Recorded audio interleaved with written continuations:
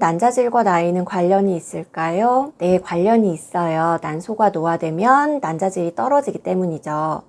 실제 나이와 난소 나이 둘 다 중요하지만 난소 하나만으로 임신 성공과 또 유지 그리고 출산까지 가능해지는 건 아니고 다른 장기나 호르몬의 분비 그리고 몸 전체적인 체계의 도움을 다 받아야 되기 때문에 실제 나이의 중요성을 조금 더 두는 편입니다. 그래서 예를 들어서 난소 나이가 20대에 실제 나이는 40대 후반, 또 뭐 반대로 난소 나이는 40대 후반인데 실제 나이가 20대다. 이거를 두 케이스를 놓고 본다고 하면 난소 나이가 20대면 뭐 이게 보통 이제 AMH 수치를 가지고 얘기를 많이 하죠. AMH 수치가 뭐 2 이상, 3 이상 나오고 또 채취를 했을 때 과배란을 했을 때 반응도가 좋아서 개수가 많이 나온다든가 이런 식으로 이제 난소 나이를 얘기를 하게 되는데 실제 나이가 40대 후반이어도 그렇게 나오게 된다고 하면 물론 이제 그 중에서 정말 질 좋은 난자를 잡아서 잘 이제 수정을 시켜서 임신까지 가게 되면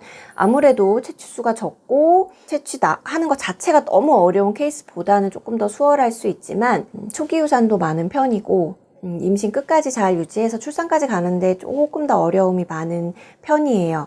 그렇게 실제 나이가 많은 경우에는. 근데 난소 나이가 40대 후반, 근데 이제 실제 나이가 20대다 그러면 사실 이 정도면 이제 보통 조기 폐경 이행기거나 조기 폐경 진단을 받은 경우거든요. 근데 이제 그렇게 되면 아무래도 채취하는 게 좀 어려울 수 있고 채취 개수도 적지만 그리고 이제 난자질도 물론 뭐 약할 수 있죠. 근데 그렇게 해서 어렵게 해서 채취를 하더라도 수정이나 또 배아 분열하고 그리고 실제로 얘가 이제 착상을 했을 때, 배아 이식을 했을 때 몸에서 면역 기능에서 얘네들을 충분히 수용을 하고 이제 10달 동안 임신을 유지해서 출산까지 간다고 보면 조금 더 수월하지 않나라는 생각을 하게 됩니다. 실제 나이, 난소 나이 둘 다 중요하고 최대한 노화를 막기 위해서 우리가 노력을 해야 하지만 난소 나이 못지않게 실제 나이도 중요해서 조금 더 빠르게 임신 준비를 하는 건 중요하다라고 말씀드리고 싶네요.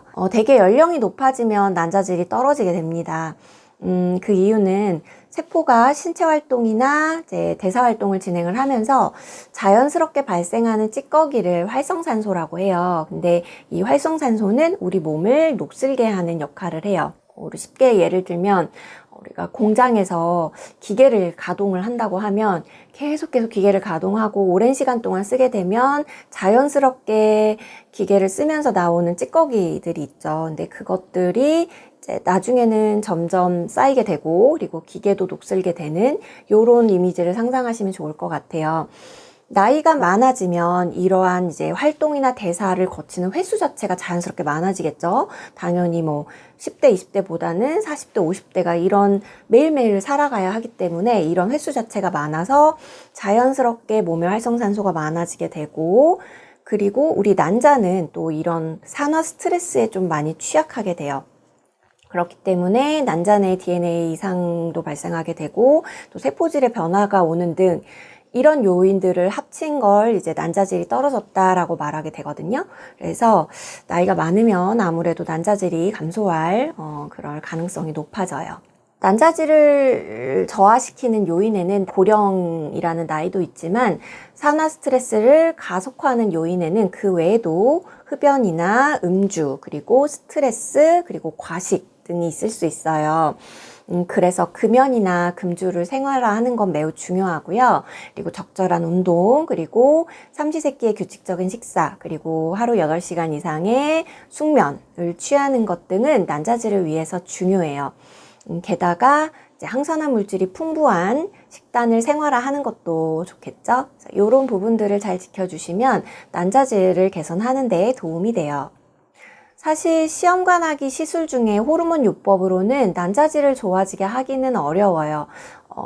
난자의 채취수를 늘리기 위해서 이름 자체도 이제 과배란제잖아요. 그래서 배란 기능을 과도하게 하는 목표로 이제 들어가게 되는 거고, 난자의 그 하나하나의 질 자체를 개선하는 역할은 좀 떨어진다라고 보시면 될 것 같아요. 그래서 우리가 실제로 난자질을 좋게 한다는 거는 난소의 노화를 최대한 막고 천천히 노화를 진행할 수 있도록 도와준다라는 의미이기 때문에 이걸 어떻게 할 수 있냐라고 생각을 해보면 일단 난소 주변에 혈류순환을 원활하게 하는 게 굉장히 중요해요.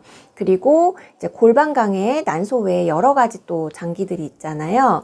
뭐 자궁도 있을 수 있고 장이나 뭐 방광 또 그 외에 여러 가지 구성물들이 있을 수 있는데 그런 기능들을 촉진해서 자연스럽게 호르몬 분비가 정상적으로 잘 이루어질 수 있도록 하는 거, 이런 것들을 돕는 치료가 실제로 도움이 됩니다.